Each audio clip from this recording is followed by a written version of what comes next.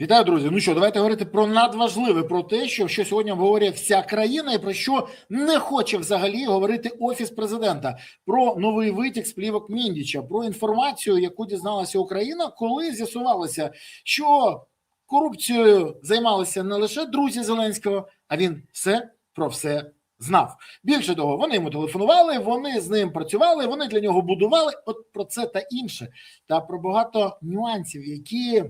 скажімо, не помітило суспільство. Будемо говорити сьогодні з колишнім очільником МВС України, колишнім генпрокурором України, депутатом багатьох скликань Юрієм Луценком. Юрій, вітаю. Вітаю. Дивись, от все, що завгодно можна казати, все, що завгодно можна розповідати, але зараз з'явилися ці плівки, їх обговорюють всі.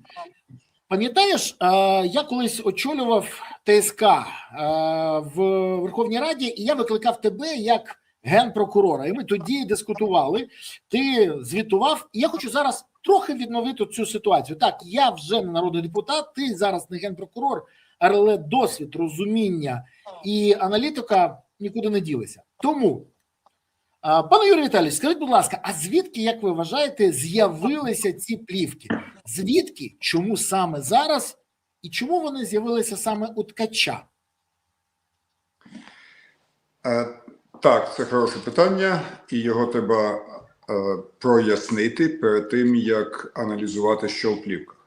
Насправді, ці плівки не перші, бо уже відставний детектив НАБУ, я не пам'ятаю прізвище, оприлюднив шматочок і задав, скажімо так, дискусію про те, про яку Маша на них говориться. Станіслав Бронєвіцький, ти про нього. Це було майже за тиждень до того, як з'явилися у Ткача, з'явилися також і у Станіслава Бронєвіцького. Більше того, він виклав тільки декілька кусочків. Да. Я тоді взагалі не вважав за потрібне на це реагувати і навіть не хотів слухати, бо людину, яку звільнили по суті по дискредитації з НАБУ, з моєї точки зору, не може бути носієм, об'єктивним носієм суспільно важливої інформації. Скоріше за все, він просто піднімав своє реноме або комусь хотів перебити роботу. Тепер виходить журналіст з міцною репутацією журналіста-викривача при різних президентах, при різних владах, і начитує своїм голосом нам плівки Міндіча в повному обсязі, які знаходяться де?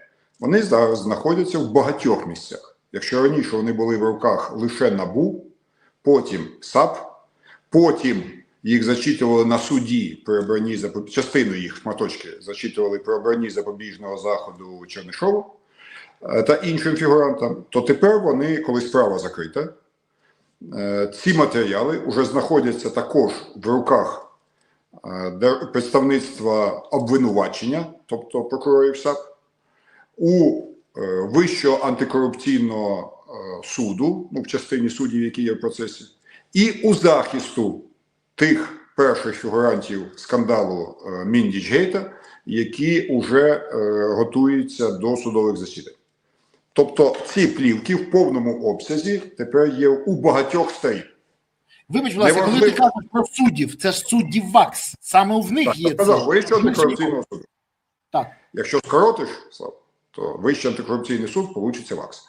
Да. Але, пане голово ТСК, да? Але ми ж з тобою любили пікіруватися на цих речах.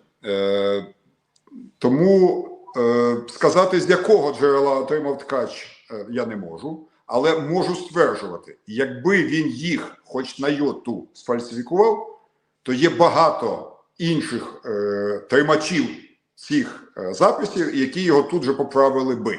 Але нічого цього не відбувається, бо він просто зачитував голосом, текстом те, що знаходиться на руках у захисту, прокурорів, детективів, суддів. Достатньо широке коло. Тому цим плівкам, на твоє питання відповідає, можна довіряти, їх можна брати до і юридичного, і політичного аналізу. Скажи мені, будь ласка, і так давай уявимо, що от ці персонажі, які з'явилися на цих плівках, от все, що є. По-перше, ми сприймаємо це як інформацію фактичну чи неверифіковану. Поясню чому. Наприклад, Офіс президента взагалі не хоче коментувати це. Як ти оцінюєш цю інформацію? Чи є вона для тебе верифікованою? І які головні пункти в них? На чому варто зосередитися суспільству? Ну, я вже сказав, що для мене ці плівки є такими, що підлягають об'єктивними, які підлягають і політичному, і юридичному аналізу. Чому? Тому що саме коли Офіс президента каже, або Офіс Умєрова каже, ці плівки не верифіковані, ми не будемо коментувати, то як це сприймати? Як визнання того, що їм нема що сказати просто? Вони ж можуть сказати, це брехня. Вони ж можуть сказати, це брехня, якщо б це було брехнею. Але вони цього не кажуть. Навпаки, вони мовчать. Те, що начитав своїм голосом пан Ткач, є роздруківками, наданими стороні захисту від сторони обвинувачення. Також їх має судді. Тому це верифіковані записи. Чому? Тому що ніколи прокурор не піде в суд, доки не закінчиться експертиза носіїв цієї інформації. Тобто НАБУ записало ці розмови, після цього віддало їх на експертизу. Експертиза підтвердила автентичність цих голосів. Прокурори з цим погодилися, вручили відповідні документи, і фігуранти стали або свідками, або підозрюваними. Пізніше стали обвинуваченими. І тепер уже ці юридично досконалі з точки зору обвинувачення плівки внесли в суд. Саме їх нам і начитали, ти розумієш, їх не дають в вигляді касет, чи бобін, чи навіть флешок. Їх надають як роздруківки. Але захист може під час суду вимагати включити звук, зайняти, може вимагати отримати висновок експертизи. Все це в них є на руках. Тому це юридично верифіковані записи відповідних правоохоронних органів, які пройшли через встановлену законом експертизу. Це плівки верифіковані. Раз. Друге. Що ми там чуємо на цих плівках? І позиція Офісу президента і фігурантів цих плівок, які або мовчать, або кажуть, що в цих плівках їм не вистачає якоїсь експертизи, означає по суті, що їм нічого сказати на свій захист. По суті, ці плівки спростувати вони не зможуть. Інше питання, що вони почнуть зараз тлумачити їх по-різному, це вже інше питання, яке будуть розглядати на суді. Але їхнє мовчання – це, по суті, мовчання ягнят. Вони знають, чию траву зелену вищипали на суспільній галявині під час війни. Що ми почули на цих плівках? По суті, на цих плівках, кому нема часу або не вистачає нервів слухати годину бандитського сходняка, передаю. Перша частина – це частина про те, як зібрати гроші на заставу одного з членів організованого злочинного групування, яким є кум президента, віце-прем'єр-міністр, придуманого спеціально під кума Міністерства єдності, пана Чернишова. І йде довга розмова про те, з яких джерел треба зібрати гроші. Причому виясняється, що гроші взагалі-то є в общаку, але треба легальні гроші внести з тих структур, які задекларували відповідну суму і можуть собі дозволити законно їх внести. Оце перша частина. Друга частина – це, напевно, політично найбільш дражлива. Іде обговорення Міндічем як розпорядником коштів організованого злочинного групування з прорабом будівництва котеджного містечка «Династія», який складається з 4 будинків. Він, наляканий діяльністю НАБУ, хоче законсервувати ці будинки і надає відповідні розпорядження, що робити з його будинком і з будинками, яких вони в бесіді називають будинок Вови, будинок Чернишова і будинок Андрія. Таким чином, 4 будинка отримують, озвучується, кому вони належать в цій розмові. Причому ця розмова також вказує нам розмах, бо тільки для того, щоб завершити певні роботи і закрити будинки на консервацію, виявляється, що треба десь 1 300 000. На запитання гривень – ні доларів. Не гривень. Не гривень. Да, не гривень. Це тільки на консервацію. Далі, третя частина цих плівок стосується бізнесу Міндича, або бізнесу, який він лобіює, або, можливо, бізнес, яким є власником, це не зрозуміло, але він лобіює перед діючим міністром оборони гроші для компанії Firepoint. Він фактично, по дорозі він, звичайно, хоче ще повирішувати свої питання з неякісними бронежилетами, яким хотів отримати гроші від Міноборони. Але там суми мізерні, а отут йдеться про мільярди, причому, знову ж таки, не гривень, які необхідно терміново внести в компанію Firepoint, і тоді ми будемо робити ракет більше, ніж вся Америка разом взята. От 3 великих епізоди з цих юридично верифікованих плівок, які ми можемо обговорити, в суді будуть обговорити юридично, а ми можемо обговорити політично. Тоді в мене зразу питання по одній з тем. Я поясню, чому тільки по одній, ми інші зачепимо теж. Але, попри те, що там є Міндіч, який викликає до себе як хлопчика і каже там, до речі, дає вказівки міністру оборони воюючої країни, так, викличе Пишного, голову Нацбанка. Це що там, принеси мені там, я хочу замовити суші, викличе Пишного. Попри те, що він вирішує, скільки мільярдів йому, а це половина бюджету 2005 року для ДОТа і це взагалі щось неймовірно, на всі боєприпаси, попри все це, найбільше роздратувала Офіс інформація про дома і хто такий Вова. От скажи мені, будь ласка, я дійсно не можу зріжуватися. Чому це? Тому що ж історія з Міндічем – це треш. Історія з тим, що голова РНБО, який є зараз голова РНБО, тоді був міністром оборони, і зараз він представляє Україну в переговорній групі по закінченню війни, є мальчиком на підтанцівці у Міндіча і частиною організованого злочинного групування. І виконує... Секунду, уточню.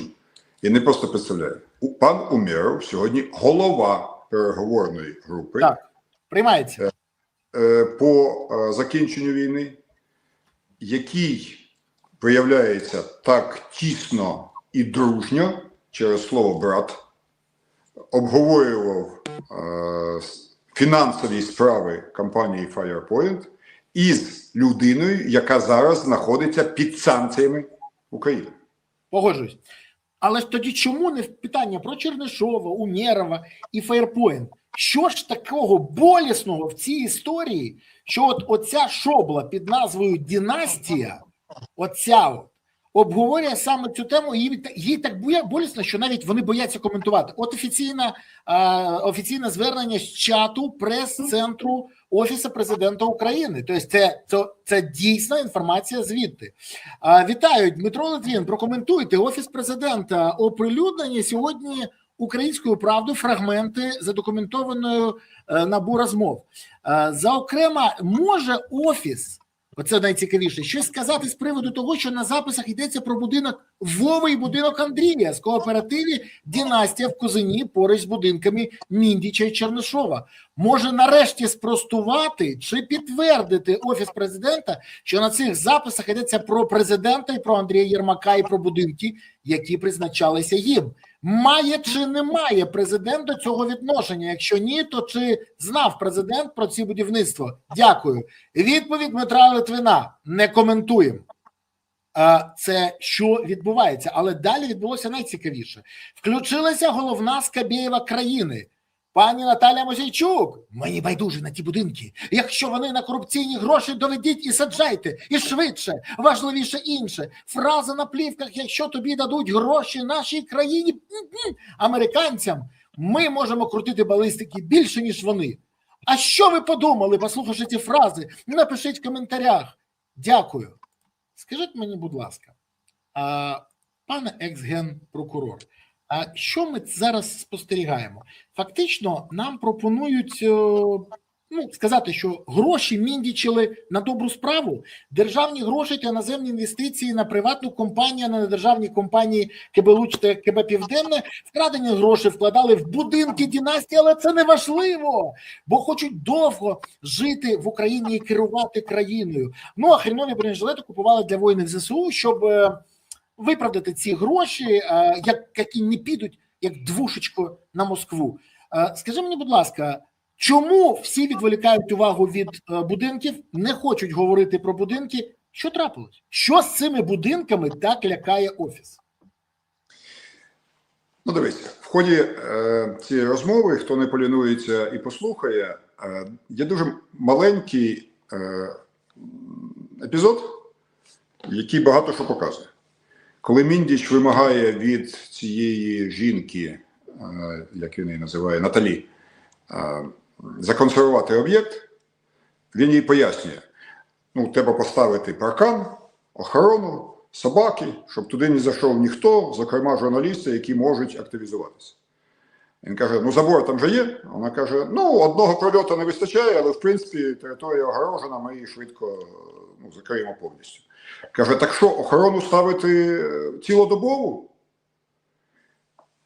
Дивується вона, і він каже, да, став. Тобто, весь цей час там працювали активно над будівництвом цих 4 будинків. І, до речі, єдине, що я виніс із цієї частини плівок, що бетонувати будинки для Вови, Андрія, Міндіча і Чернишова вони вміють краще, ніж бетонувати фортифікаційні споруди на фронті. Нагадаю, що ці будинки будувалися з початком повномасштабного вторгнення Росії на нашу територію. І тоді, коли вся країна вимагала забезпечити нормальні фортифікації, виявляється, Вова, Андрій, Чернишов та Міндіч дуже класно організували бетонування своїх будинків та навколишніх споруд. Так ось, це означає, що всі ці роботи велися, але ніякої охорони там не було. І тепер для мене, як для колишнього керівника МВС, зрозуміло, що камери там можна було поставити з боку НАБУ без жодних проблем. І даю 90%, що вони там стояли. Ні, 99%, що вони там стояли. І ці камери зафіксували, хто приїжджав на ці будинки, оглядати їх, приймати роботи і давати вказівки, там, які, щодо того чи іншого повороту будівництва. І я впевнений, що істерика, поки що така, знаєш, дуже тиха істерика Банкової, означає, що вони в курсі, хто туди приїжджав, і також розуміють, що ці особи зафіксовані на відео НАБУ. Це означає, що сказати, що головний Вова країни не той Вова, вони не можуть. Вони можуть тільки мовчати. Це називається поза «Незнайка на луні». Вибач, будь ласка. Є погані якісь такі друзі, от просто погані. І вони скористалися тим, що наш Незнайка зайнятий чимось іншим, і тому крали гроші у воюючої країни мільйонами і вкладували в будівництво своїх будинків і просто так, без дозволу Незнайки, будували ще й будинок йому. Ой, тож дуже хороші друзі, які просто хотіли зробити йому сюрприз. Да. На день народження або ще якось. Але там є один момент. Розумієш? Але це перша позиція. Це перша позиція. Вибач, що переб'ю. Там є момент. Ти коли кажеш про відео, я вже чув неодноразово, що окрім Андрія на відео Є ще одна людина, яка пов'язана з Зеленським родинними зв'язками, надблизька для нього, і сказати, що це не вона віддає команди, і не вона сварить за те, що погано щось там зробили, і каже інший колір і все інше. І це на відео все є. Ти розумієш, що це буде дуже важко. Саме тому вони не можуть сказати зараз, що це брехня, бо розуміють next step. Це викладуть відео. І тоді, що вони будуть робити. До речі, друзі, а в мене до вас прохання. От ви зараз дивитесь цей ефір, я дякую вам, що ви вже підписались, поставили вподобайку, прокоментували, поширили. Це супер, дякую вам за це. А напишіть, будь ласка, зараз в коментарях. Як ви вважаєте, хто ж ця людина може бути, яка, Юрій Віталійович, мовчи, не кажи, будь ласка, хто ж ця людина може бути, яка є на цих плівках, і це доводить от Офіс Президента до швидкої Насті? Напишіть, будь ласка. Можете прізвище, можете його і стан цієї людини по відношенню до Зеленського. Як вам здається? Це перше, ну а друге, не забувайте писати все-таки з квітки, ви дивитесь. Місто, селище, країна. Пишіть, це важливо, це надважливо. Пишіть, географію наших глядачів ми завжди вивчаємо. І не забувайте ставити вподобайки. Дякую. Так все ж таки, скажи мені, будь ласка, для підказки нашим глядачам нагадаю, що на цих плівках Міндіч згадує, що туди на будівництво приїжджав охоронець Вови і називає прізвище охоронця президента України. Тому, чесно кажучи, вже цієї зачіпки достатньо для політичних висновків. А от для юридичних висновків, ну, я не чув версії, я не знаю точно, хто зафіксований на плівках, але здогадатися ну, достатньо легко, просто. І якщо це відео є, тоді, дивись, ми з тобою двох прийшли прямо до одного і того самого висновку. Банкова вдалася до тактики «Незнайка на Луні». Просто нічого цього немає. Всі телеграм-трубадури Банкової мовчать, тому що вони не можуть спростувати наші підозри, бо знають, що є докази саме тої версії, про які, в принципі, всі ми здогадуємося. Це раз. Ми розуміємо, що Вова – це і є Вова, а зовсім не Порошенко і зовсім не Залужний. Саме це приводить ще до другої їхньої тактики. Тобто спочатку мовчали, потім друга тактика. Пані Мосійчук заявляє, що мені байдуже на ці будинки. На будинки і мені байдуже, але мені не байдуже, що президент моєї воюючої країни може бути причетним до будівництва свого будинку за крадені у воюючої країни гроші. От просто треба зрозуміти, да, президент має право будувати будинок, як і кожен громадянин України. Маєш гроші, в декларації будуй. Зеленський в декларації показує достатньо багато грошей. Він, до речі, займається рівно тим самим, що і Порошенко. Він вкладає свої гроші в цінні папери. Тільки при цьому Порошенко на сотні мільйонів кожного місяця жене техніку на фронт з ці гроші. А в Зеленського вони накопичуються в декларації. Це його право. Він не зобов'язаний віддавати армії свої гроші. І він може на них будувати будинок. Може будувати свій будинок, може утримувати свій будинок в Лондоні, віллу в Італії. Це його право, це його законне право. Це його право. І він показує в своїй декларації і Італію, і Британію, і свої кошти, які в нього є. Якби він будував будинок, то він мав би показати витрати на це будівництво. І власність або причетність до власності на це будівництво. Цього немає в юридичних його звітах, які обов'язкові для чиновника найвищого рангу. Але є підозра, що НАБУ знає, хто такий Вова, і знає, що декларація Зеленського не відповідає діям Вови. Тому наша пані Мосійчук зараз каже, вона зайняла позицію абсолютно таку, знаєш, рафіновано російська позиція. А ви докажите. Зеленые человечки, а вы докажите. Міномети і танки, воєнторг, а ви докажите. Вкрадені гроші в країни і за них будуються 4 будинки всіх кумів президента. Я хочу нагадати, що з 4 чоловік 3 між собою куми. Чернишов, Єрмак і Зеленський є кумами, це також, між іншим, Ткач пару тижнів тому виклав фотографію. А Міндіч, ну, очевидно, не може бути хресним батьком або хресною мамою, ну, так у нього склалося, бо слово шабат для нього святе, ну, він просто друг.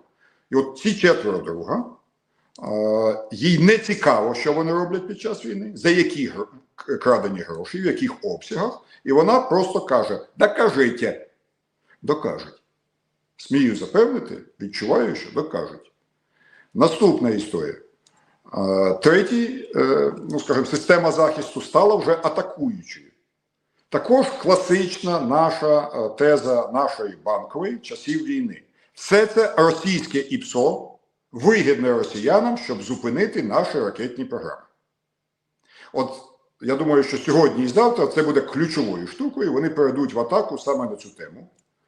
Тому хочу зразу сказати нашим глядачам, будь ласка, зрозумійте, треба розділити всі три етапи.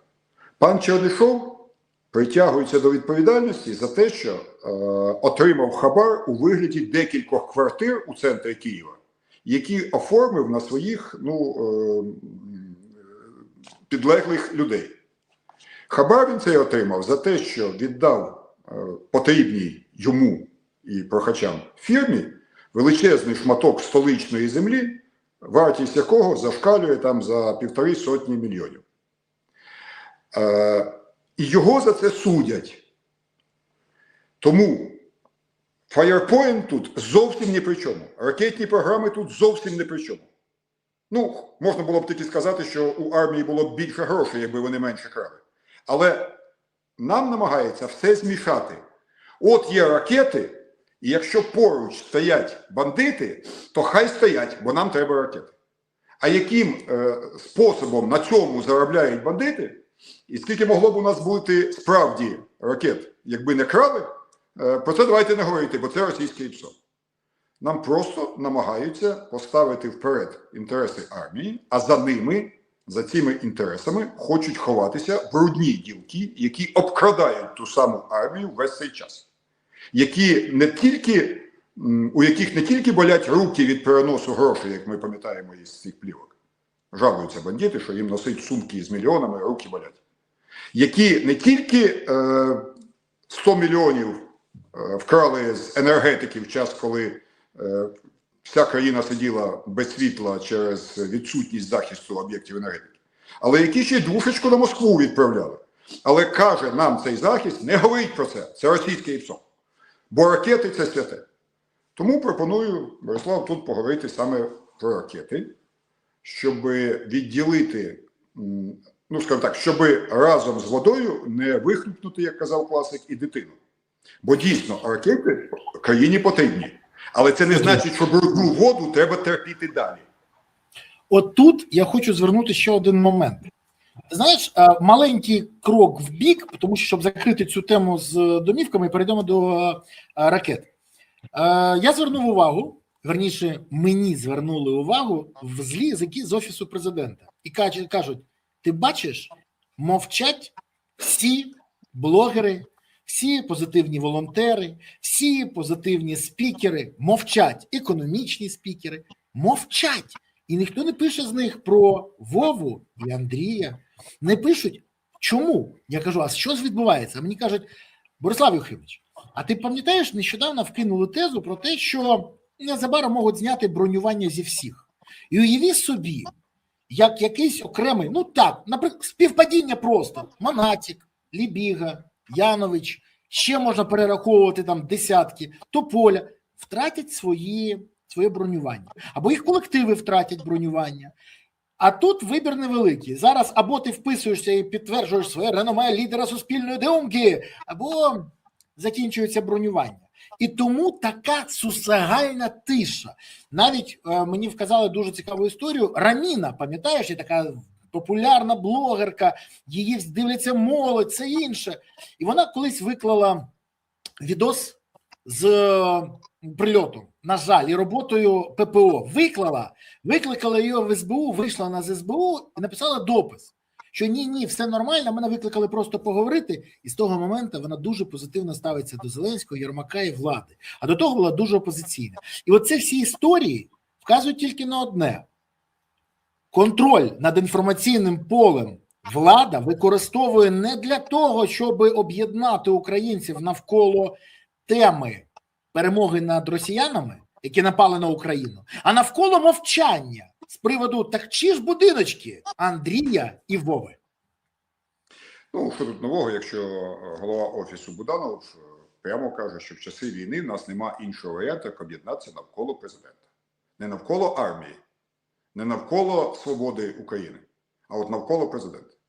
Тому це їхня лінія, і вони для цього будуть використовувати все. І ми з тобою вже говорили на минулій передачі, чим це закінчиться. Тим, чим закінчилося для Орбана, бо Зеленський – це наш український Орбан. А це корупція, контроль за ЗМІ, контроль за судами правоохоронної системи. Відрізняється ситуація в Угорщині перед виборами і в Україні тільки тим, що в Угорщині вибори є, а в нас їх стараються уникнути через продовження війни. Все-таки про війну і Firepoint. Перше, приватна компанія Firepoint є одною з найефективніших виробників зброї для опору російській агресії. Можу сказати, що їхні дрони FP-1 і особливо FP-2, FP – це Firepoint, є дуже ефективними. Власне, всі діпстрайки по Росії, в тому числі по НПЗ, по портам, по іншим об'єктам, не обходяться без Firepoint 2, FP2. Їхня вартість, взагалі-то, менша, ніж аналоги, які також широко використовувалися на війні, всім відомий Лютий. Так от, Лютий – це державне підприємство, Firepoint – це приватне, і Firepoint літає не гірше, коштує значно менше. Тому для того, щоб бути об'єктивними, це треба сказати, що компанія Firepoint робить для Збройних сил дуже потрібні, як мінімум, дрони. Після цього захотілося робити щось більше, і це тебе тільки вітати. І вони включилися у виробництво ракет, розробку ракет. Заявили, що в них їхня крилата ракета краще всіх, і єдина... Почекай, але ж коли вони роблять ці дрони, за них платить держава. І тут це зрозуміло. До речі, вони не найдешевші і не найякісніші були, коли починалися. Зараз дійсно якісні. Але ж коли на них витрачалися 50% від всього бюджету АОЗ і ДОТ, вибач, будь ласка, от тут навіть я зараз продемонструю. Та ми продержимося 10 дней, Миндич. Сколько вы дадите нам денег? Рустем Умеров говорит. 311 ярдов – это все.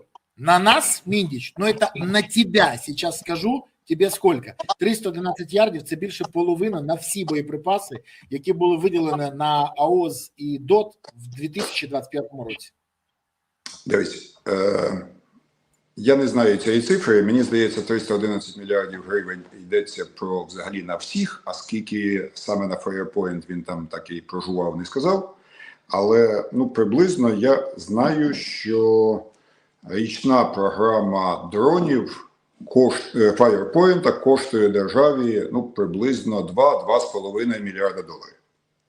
І дійсно, з цієї суми четверта частина, 25%, згідно рішення президента, яке стосується всіх виробників, є рентабельністю.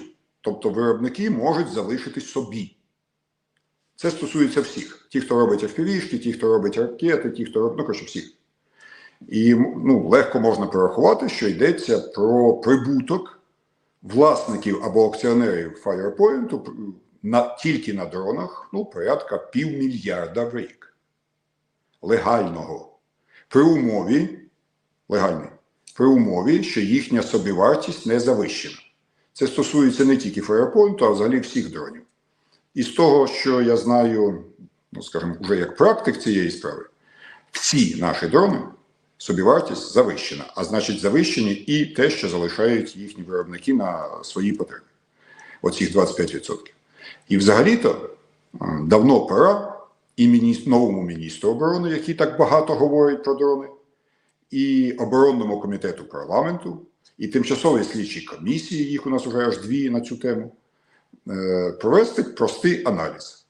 Конкретно порахувати собівартість основних українських дронів, які закуповуються, і зробити висновки тим, у кого вона завищена, бо це чистий кримінал і розкрадання.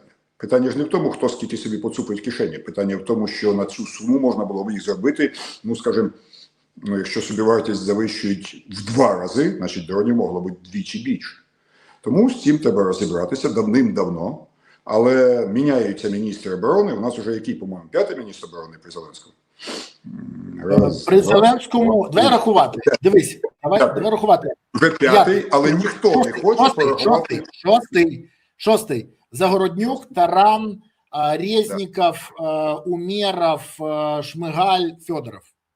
6. І жоден із них, в тому числі, ну, в першу чергу, ті, хто вже працює в еру дронів, не хоче порахувати реальну собівартість. Це ж дуже легко, все ж іде комплектуючі і придні.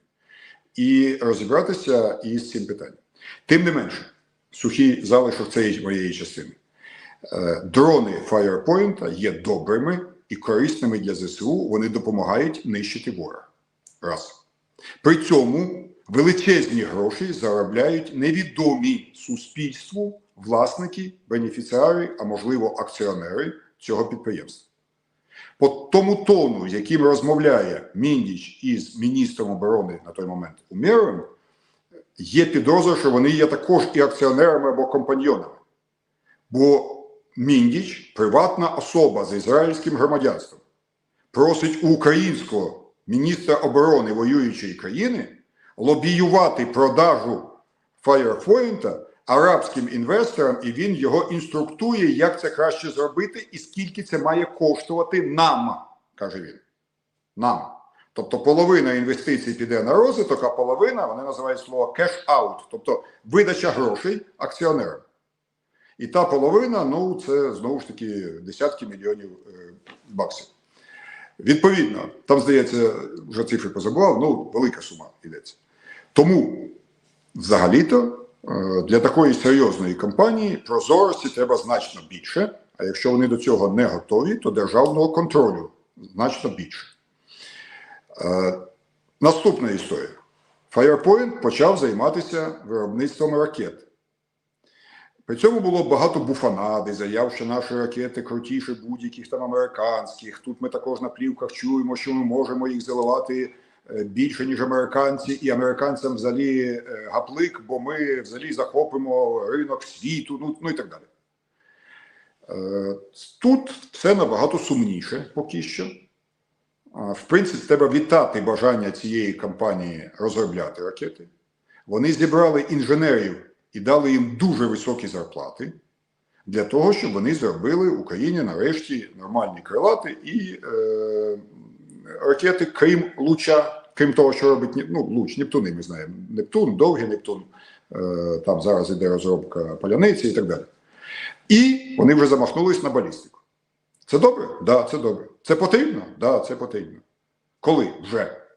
І Зеленський, звичайно, вже нам з минулого року обіцяв, скільки там, 3000 ракет в минулому році, в цьому році він вже сказав, що з літа в нас вже буде балістика. Ну, як завжди, ну, просто пустослівні заяви для підтримки свого іміджа і своєї величі. Класична потужна незламність в його виконанні. Насправді, ні того року не було навіть близько стількох ракет, і в цьому році не було. Працівники Осінта, це, ну, скажімо так, люди, які, аналітики, які аналізують всі доступні матеріали в тій чи іншій сфері. От працівники Осінта по запускам Firepoint нарахували, що було запущено 23 ракети, із них лише одна влучила і одна під питанням. Всі решта або не долетіли, або влучили не так, як треба. Відповідно, поки що ефективність цих ракет аналітики оцінюють як менше 10%. Зрозуміло, що це не Вибач, що прийнятно. переб'ю тебе. А як оцінювати ефективність Нептунів? Нептуни набагато ефективніші. А І чому ось ж тоді гроші спрямували не на державну компанію, а на приватну? Абсолютно правильне питання.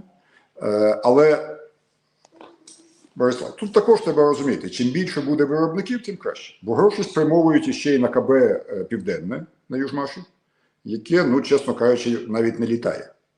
Ракети їхні не летять. Хоча туди всандалили, по моїм даним, мільярд баксів. Мільярд баксів.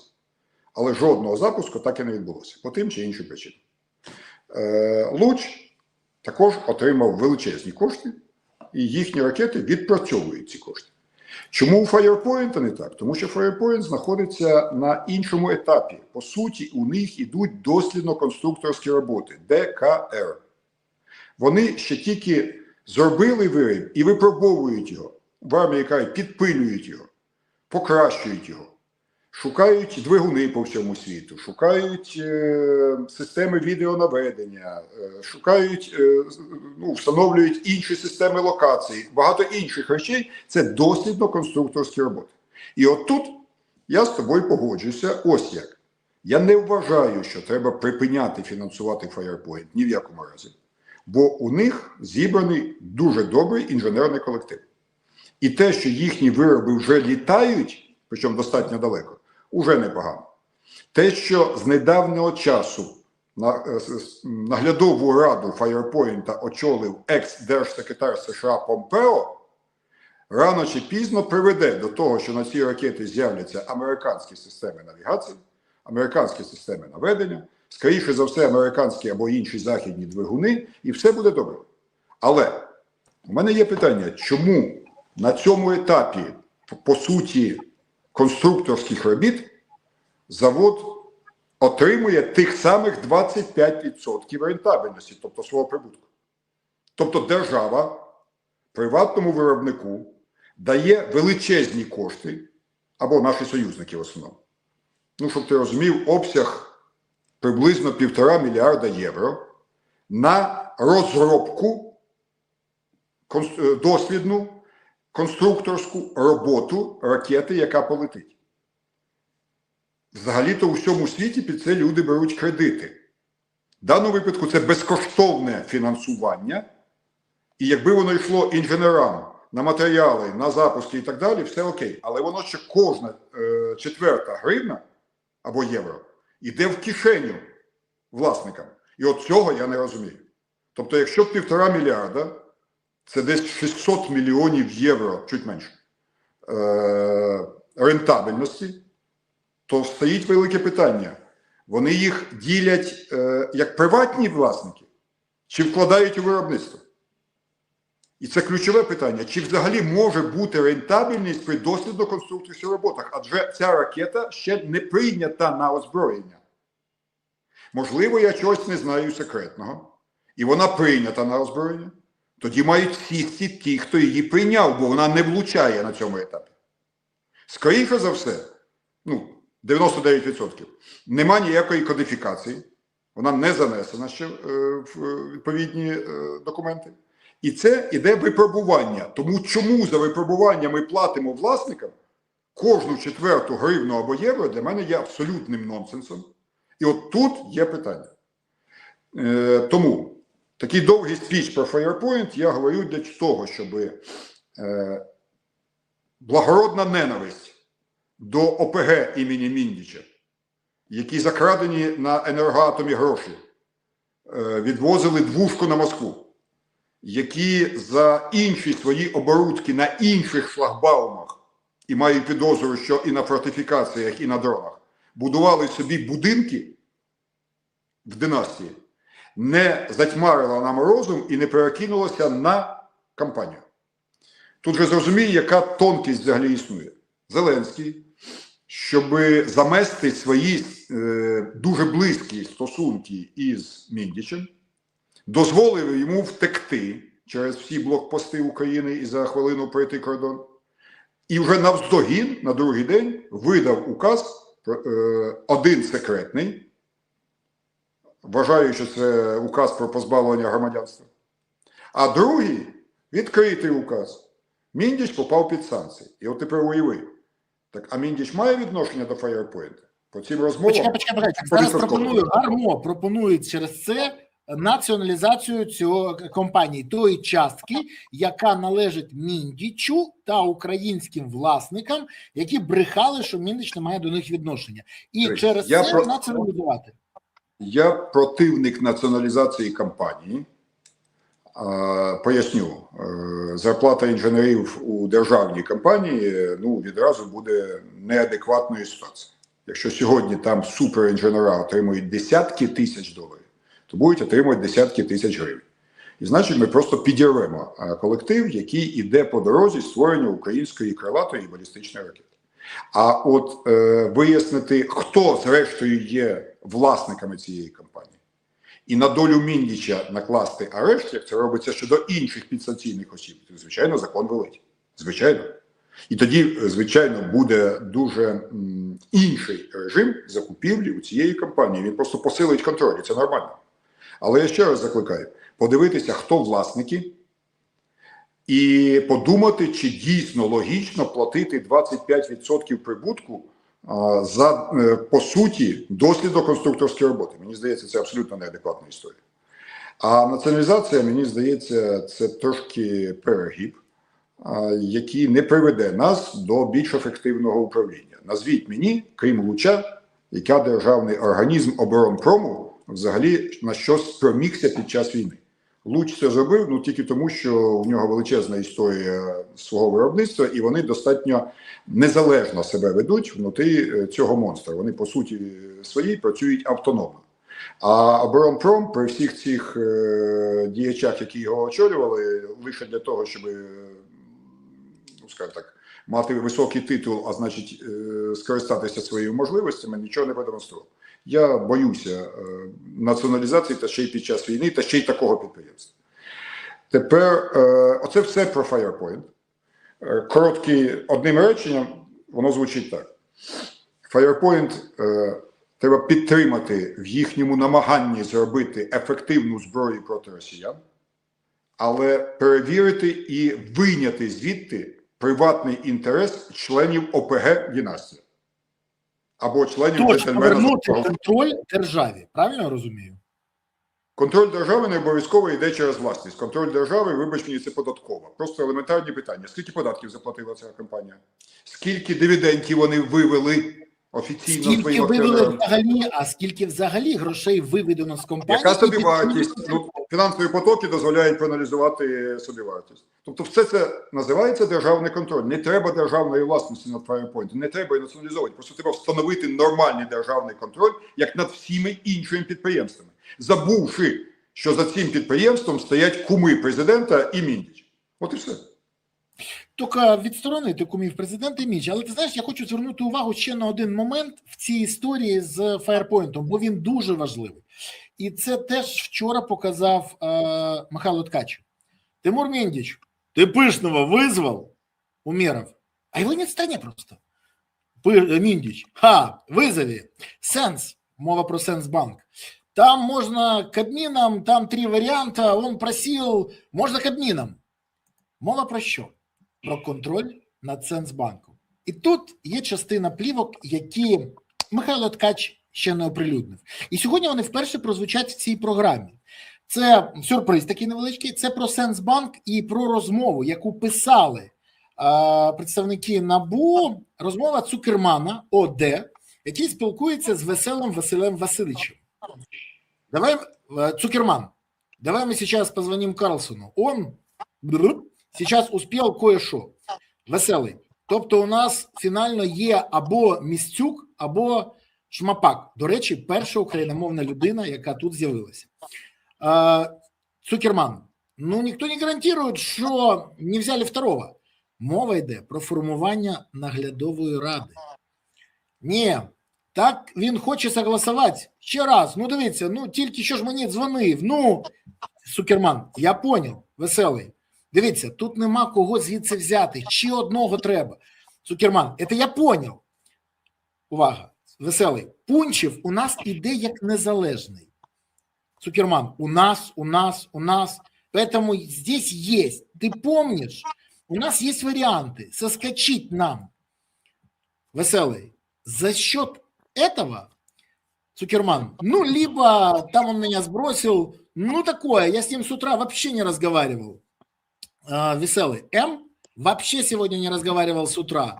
Він, може, з тобою хоче бути з хірургом, Цукерман, теоретично, Веселий, може там він, Цукерман, он что-то типа я набрал, он там типа может быть без телефона, если он там, телефони всі здають.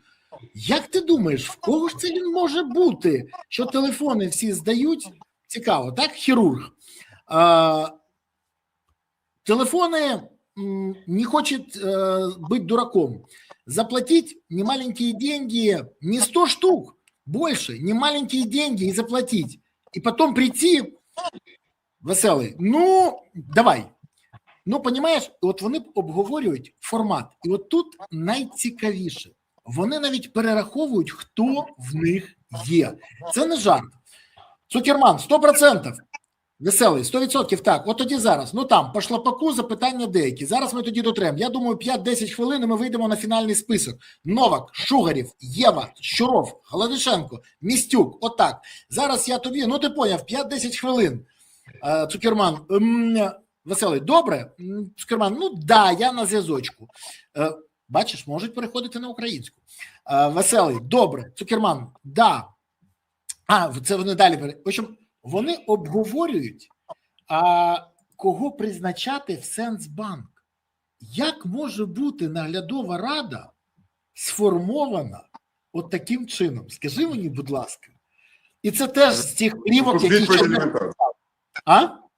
Відповідь елементарна. Дивись, давай нагадаємо. Ми ж маємо справу з організованим злочинним групуванням, яке пробує ставити своїх смотрящих на кожному фінансовому потоку країни. В тому числі йдеться, звичайно, і про потоки державних фінансів або фінансів державних банків. Сенсбанк – це націоналізований колишній приватний банк. Тож його може на нього впливати? На нього поставили свою людину, але для повного контролю треба контролювати спостережну раду. І тому поставити туди треба не незалежних членів наглядової ради, а залежних, потрібних. Аналогія яка? Енергоатом, з якого вони по системі шлагбаум крали 10%, також точно так же хотів сформувати спостережну раду. Спочатку просто вони її не формували, щоб легше красти, і ніхто не включив світло. Бо спостережна рада просто все бачить, вона включає світло. Вони рік її не формували, тобто іноземці внесли своїх представників, а Кабінет міністрів України на чолі Шмигалем, а потім Свериденком, як міністром економіки, а потім і прем'єром, не вносили. А потім внесли потрібних, узгоджених, наприклад, Мілованова, який спокійно там сидів при вимкнутому світлі, отримував величезну зарплату за це, а потім сказав, що він нічого не бачив, бо світло не було включено. Тут точно така сама історія. Вони підбирають в спостережну раду тих, хто не буде включати світло. І цей весь діалог саме про це. Вони узгоджують із Карлсоном, з хірургом. Ми знаємо, що хірург, наскільки я пам'ятаю, це Єрмак, да? Вони узгоджують з усіма цими діячами, які є вищими чиновниками цього угрупування. Взяти під контроль саме цей напрямок. Таких напрямків, якщо хтось не полінується і порахує в державному бюджеті України всі потоки більше 1 мільярда, то я вам даю гарантію, що на всіх цих потоках були щупальця системи Міндічгейта. І скрізь стояв шлагбаум. Що в цих плівках цікаво, Слава? Цифра 10%. Вона звучить скрізь. От просто скрізь звучить і в енергоатомі. За те, щоб підняти шлагбаум, брали кешем 10%. За, скажімо, фортифікацію 10%. За всі потоки в країні старалися взяти 10%. Але якщо ми згадаємо, то до війни ображені фірми, яких викинули з великого будівництва, надавали, по-моєму, я навіть тебе в ефірі це показував, документи, по яким рівно 10% від усіх робіт великого будівництва переводилися в кеш і заносилися у відповідне місце. Тобто оця сума – це стандартна сума. Але якщо до війни вона стосувалася не такого великого українського бюджету, то зараз український бюджет через західну допомогу розбух в рази. Він таким ніколи не був і ніколи вже не буде. Їм вигідна війна. Ось що треба самого страшного сказати про цю банду.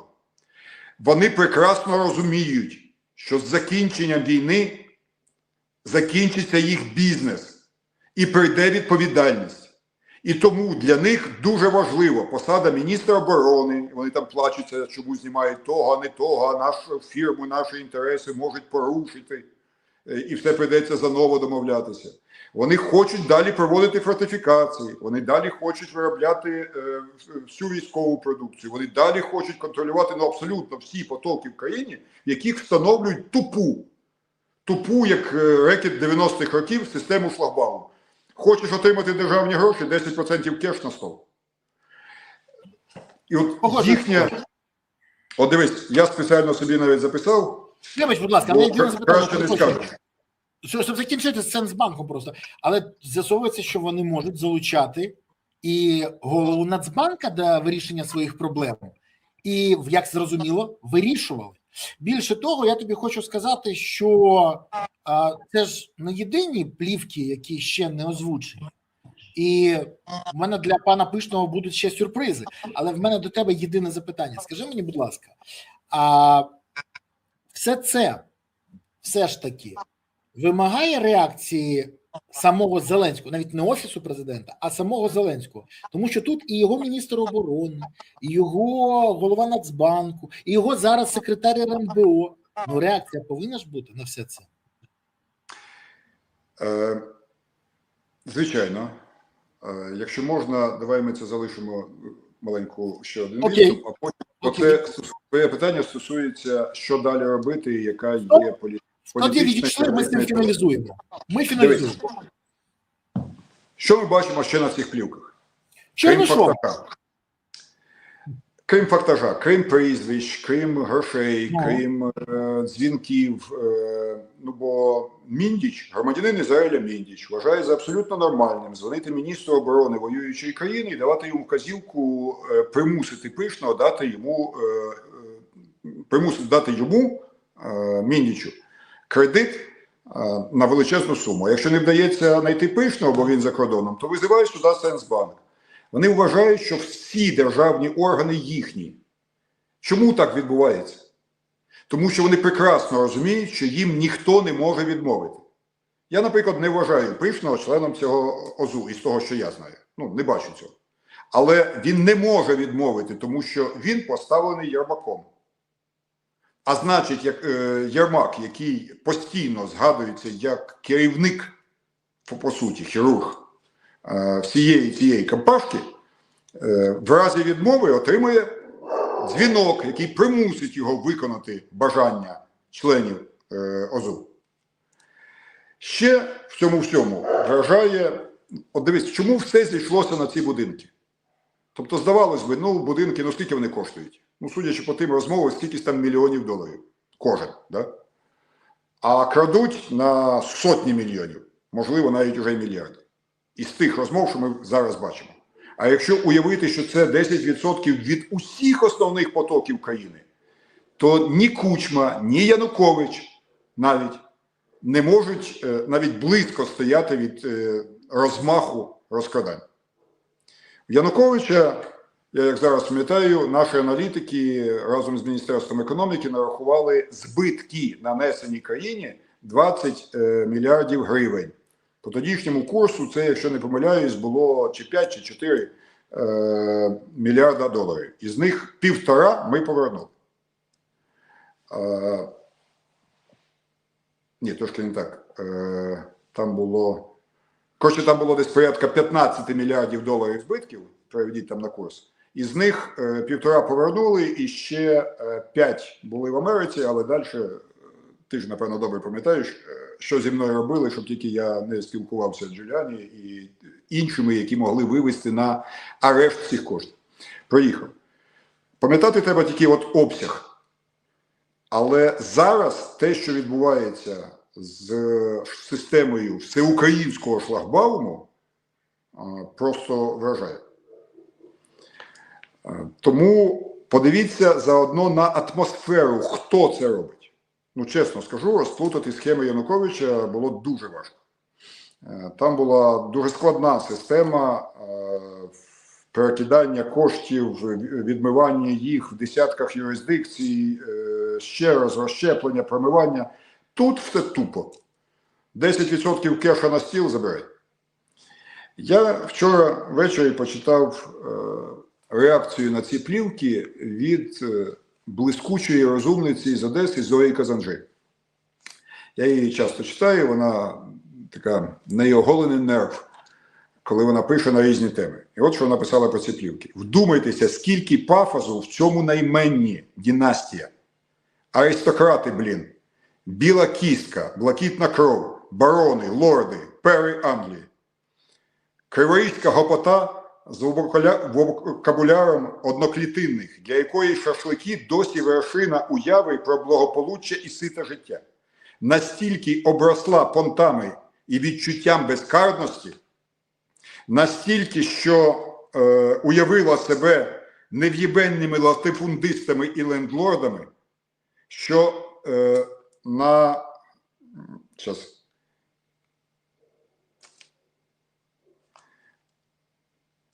якось я спішив, доготувався, що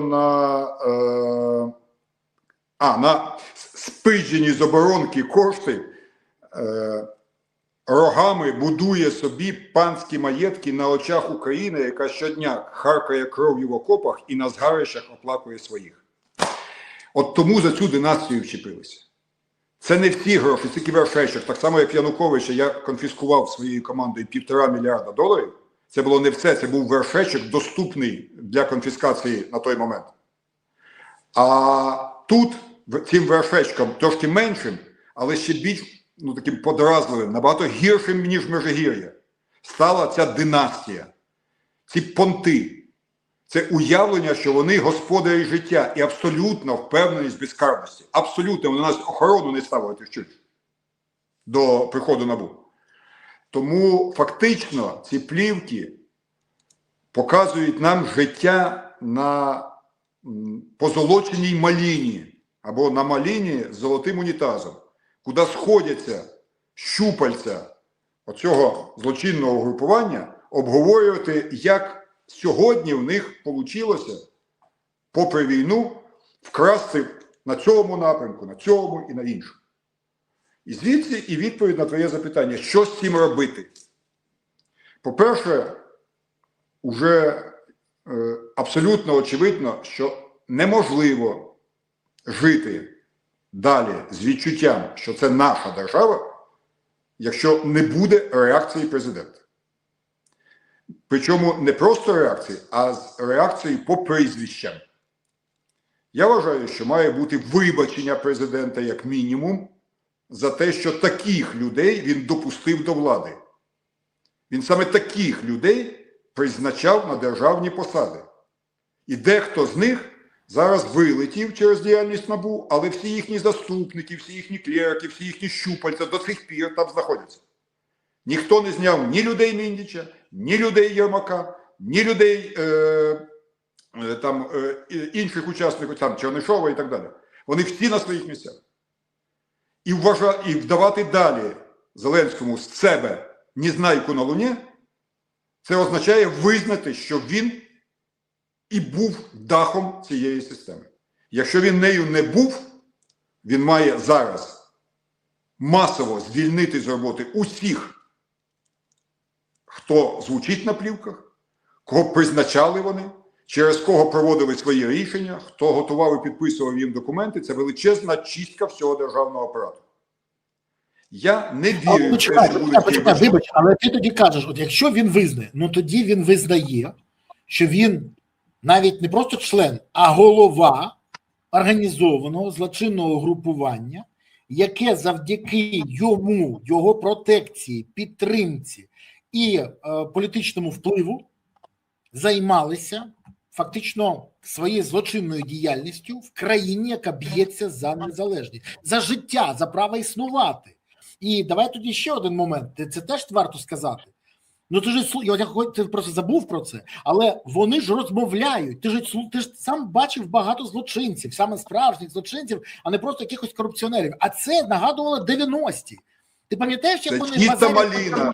Я ж кажу, це чиста маліна. Люди сидять і розбираються, хто у кого скрисив 6 квартир. Скрисив, саме це. Вони ж не говорять про те, що це непорядно, не етично. Вони претензію викинули. Ти не просто вкрав, що ти вкрав і не поділився. вкрав і не поділився. Причому один шефір хвалиться, що мої підлеглі, якщо крадуть, то половину приносять. А цей скрисив 6 квартир і не поділився з общаком. Це чиста претензія. Це претензія в їх. Ти розумієш, які правила в їх суспільстві? От про що мова. Я прекрасно розумію, бо коли потрапив в МВС, читав спеціально літературу про внутрикамерні розробки, які передбачали знання і, скажімо так, воровського життя. А потім, мені це пригодилося в тюрмі. Було дуже цікаво подивитися на теорію і практику. Так ось, у цій банді є все.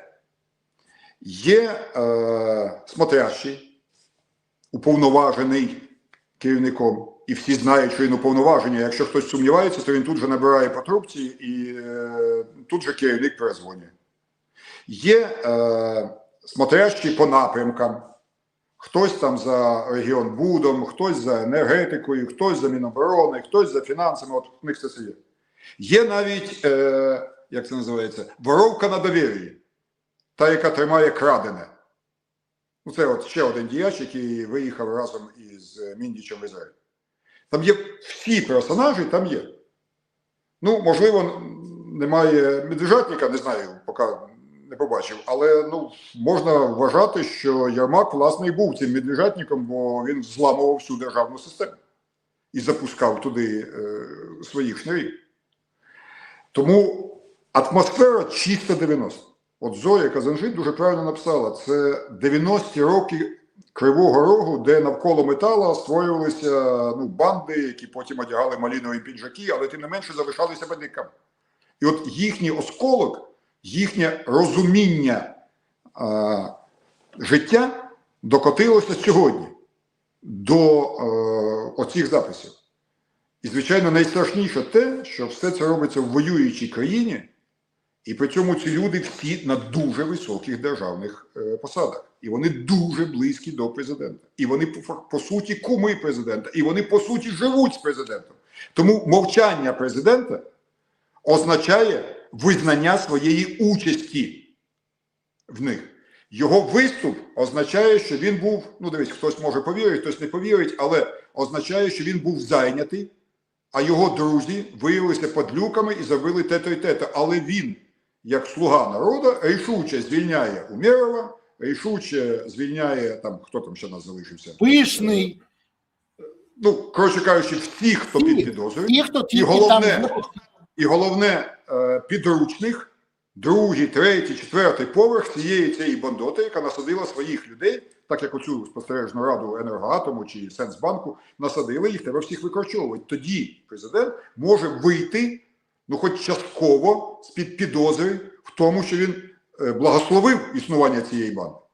Але, на жаль, я людина доросла, досвідчена, бита, і знаю, що не буде ні вибачень, ні пробачень, не буде ніяких відставок. Буде спроба замовчати і списувати все на війну, бо, мовляв, під час війни критикувати Верховного командувача не можна, а всі, хто критикують, учасники російського ІПСО. Тут я тобі хочу підтвердити твою версію, тому що зранку сьогодні говорив з одним зі злих язиків Банкової. І він мені каже, дословно, щоб ти розумів, Вова сподівається, що за 3 дні щось буде нове, переб'є цей скандал і всі заспокояться, барабанний дріб, як в минулий раз.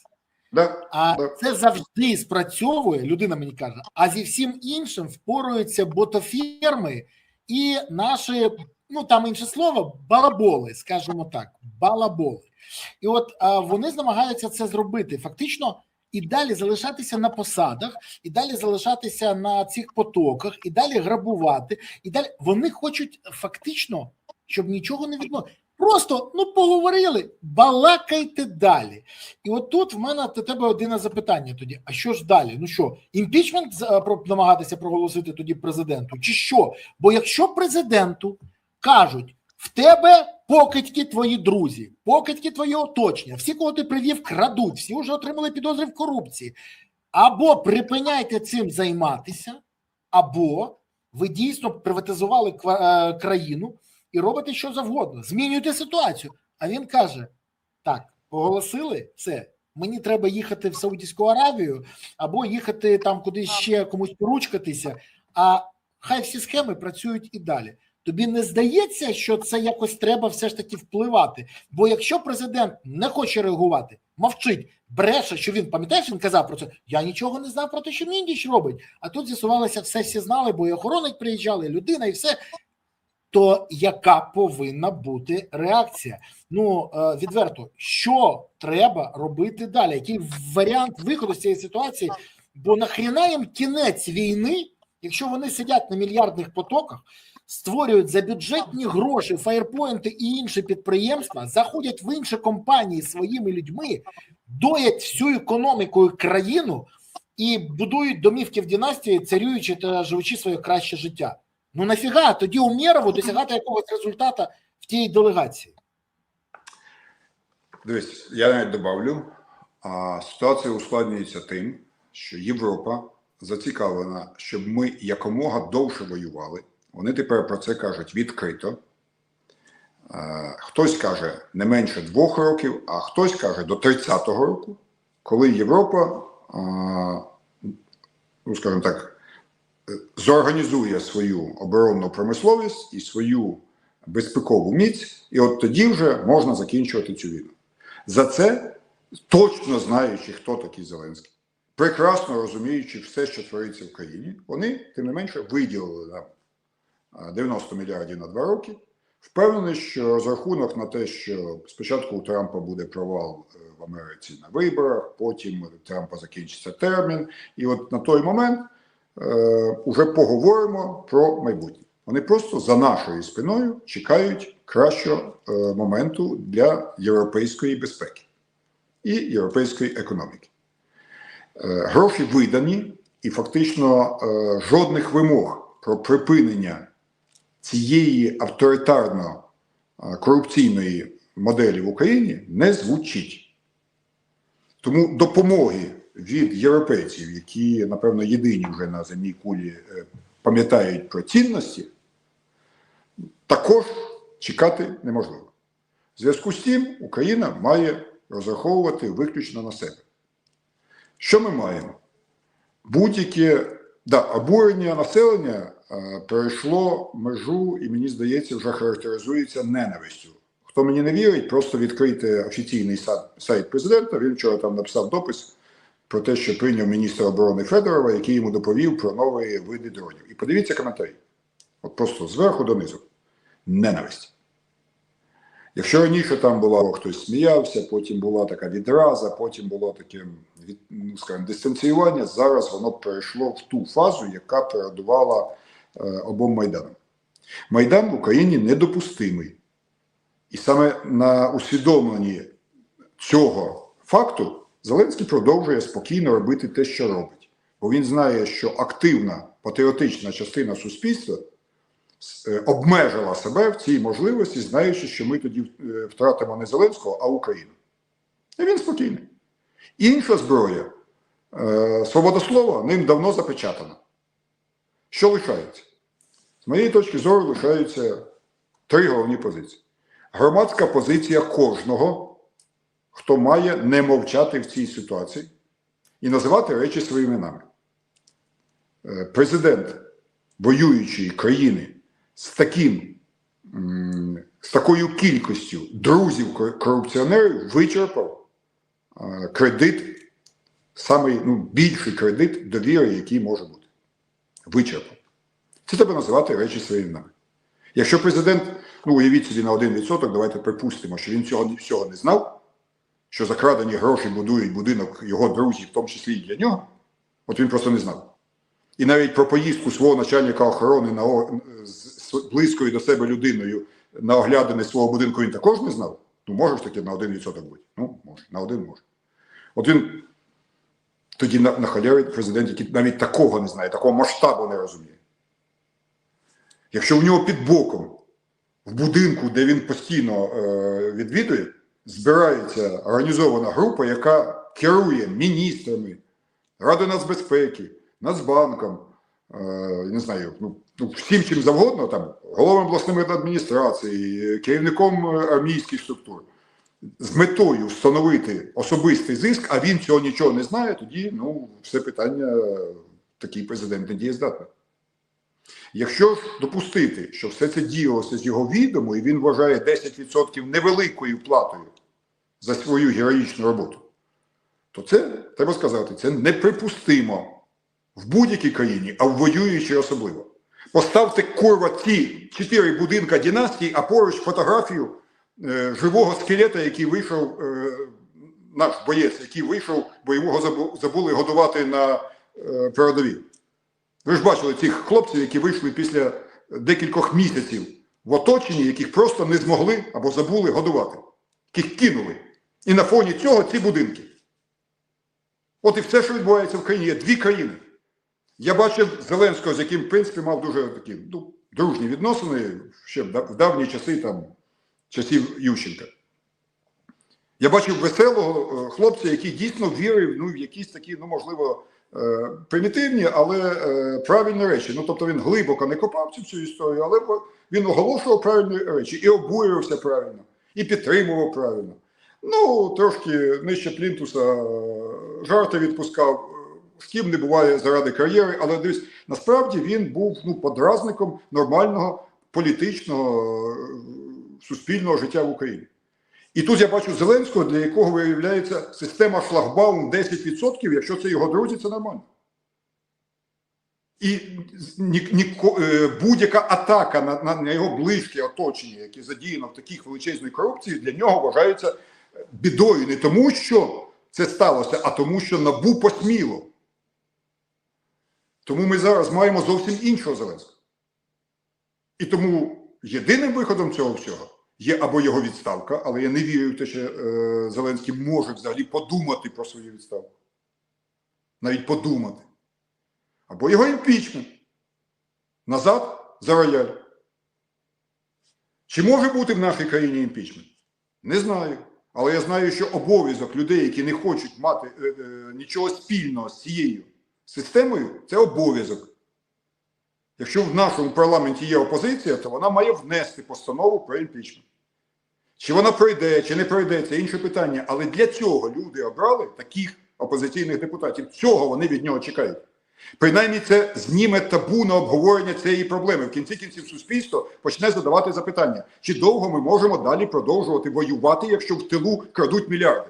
Чи довго наші хлопці можуть виходити звідти живими скелетами, бо їх забули погодувати, в той час, коли розкрадається на мільярди, куди не плюнь? Мені здається, треба прорвати цей ланцюг мовчання, оцю систему контролю за ЗМІ. І хто це може зробити? Або ті, на кого рівняється суспільство, але обов'язково, в першу чергу, депутати Верховної Ради України, які називають себе опозиціонерами. Звертаю увагу, що імпічмент є обов'язком депутата, якщо для цього є необхідні умови. Звертаю увагу, що в Сполучених Штатах це відбувається регулярно, і небо не падає на землю, і політична система не ламається, і ніякої загрози для національного устрою це не несе. Навпаки, мовчання, замовчування злочинів, замовчування, по суті, напівдержавної маліни приводить до біди. Тому я надіюся, що буквально на першому пленарному засіданні почнуться активні рухи в цьому напрямку. Ти знаєш, я тобі хочу сказати, я боюся іншого. Я боюся справді, що люди вийдуть знову на Майдан, і що влада буде мовчати. Я справді цього боюся. Я пригадав, як колись один з старих політиків сказав мені: ти побачиш, ти ще вимушений будеш виходити і захищати його, тому що через цього дурня буде руйнуватися держава. А він повинен бути не як людина, а як посада. І це правда, і це дійсно проблема. І мені здається, що вийдуть вже не з картонками. Це теж проблема, але він мовчить. До речі, знаєш, ще одна людина мені вчора з старих мінтів, які ще працювали з Куром, пам'ятаєш таку людину, полковника Кура, київський уголовний розшук? Так от, він мені сказав, що робота цього ОЗУ нагадує йому класичний одеський шансон. Я його запитав, про що мова? Він каже: ну как, прибыла в Одессу банда из Амура. В банде были урки, шулера. Банда занималась темными делами і за ней слідила Губчика. Найцікавіше, що НАБУ і САП слідкують, дійсно, а ця банда, на жаль, працює. Але сподіваюся, і тут, що дивись, все... я вставлю, і тут ще одна надія. Ну, я сказав, опозиція, її мало. Але в сьогоднішньому НАБУ і САП. парламенті люди обрали опозиції менше, ніж було патріотичних сил в парламенті, який здобував незалежність при повній контролі комуністами. На той момент Народна Рада, це члени Народного Руху та інші, які вірили в незалежність, їх було набагато більше, ніж сьогодні патріотичних опозиційних сил в українському парламенті. Так сталося. Але є суспільство, яке вже зовсім змінилося. І при недопустимості Майдана є інші методи тиску на владу. І є НАБУ разом з САП. В сумі ця історія може впливати на подальший перебіг подій. При цьому не йдеться взагалі, ну, щоб потім не розповідали про страшне ІПСО нас з тобою, не йдеться взагалі про обезголовлення України. Бо Конституція України абсолютно чітко передбачає, що відбувається в ході зміни президента. І ніякого біди в тому, ну, в принципі, немає. Якщо президент не бачить, що його найближче оточення, закрадені гроші, будує будинки, в тому числі і для нього, то, ну, напевно, краще обрати президента з кращим зором. Бо якщо він не бачить цього, то як же він може розбачити стратегічні дії по закінченню війни? Те, що нам взагалі не розповідають, як закінчити війни, те, що президент взагалі не звітує за 7 років свого 5-річного терміну, те, що він взагалі не вважає за потрібним спілкуватися з українською пресою, це означає, що такий президент є далеко не ідеальним на нинішньому етапі. Ще раз, якщо він готовий викорчувати допущену ним банду, ну окей, терпимо далі, воюємо далі. Якщо ні, ми повинні розуміти, що так досягнути в таких умовах, коли в тилу грабують і зневажають інтереси фронту, далі неможливо. Ну, ти звернув увагу на малесенький епізодик цього запису. Каже, здається, до кого там, чи до Умєрова, чи до Міндіча, прийшов якийсь спеціаліст найматися на роботу до Умєрова. Каже, і знаєш, скільки він попросив? Да, я пам'ятаю. Він каже, 3. Всього 3 тисячі. Каже, ну так воєнний же. Тобто у них це взагалі не гроші, а це ж воєнний. І з такою зневагою до людини, яка прийшла і назвала, ну, як йому здається, велику суму. Ну, 3 тисячі – це стільки, скільки людина отримує на лінії бойового зіткнення. До сих пір. Навіть в штурмових загонах. Але для підвищення вже, скільки, 3 роки ніхто нікому нічого не підвищує. І от вони над цим сміються. Бо для них це не гроші. Тому що коли йдеться про консервацію цих будинків, то вони обговорюють, і він ніяк не може в толк взяти. Це мільйони гривень чи мільйони доларів. Ну, хорошо, в кінці кінців дорахувалися до $1,5 мільйона тільки для консервації. Але при цьому треба ще й зимні сади, якісь там передвіжну кухню, ще якусь хрень з наворотами. Тобто для них це такі елементарні витрати.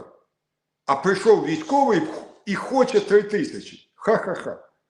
Так от питання, може бути перемога в країні з такою бидлоелітою? Чи не може? Моя відповідь – ні. Нам потрібна перемога, щоб вижити, да. Бо в нас нема дорогої батьківщини, куди вони всі тікають. У нас Україна. А значить, тоді має бути якась інша еліта. Мені здається, це абсолютно логічні речі.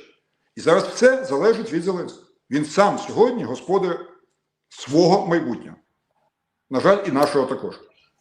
На жаль. Ну, ти знаєш, треба закінчувати цей ефір все ж таки висновками. І от я хочу сказати, у Володимира Олександровича Зеленського є два варіанти. Або він вичищається в Євістайні, або інші є. Ні.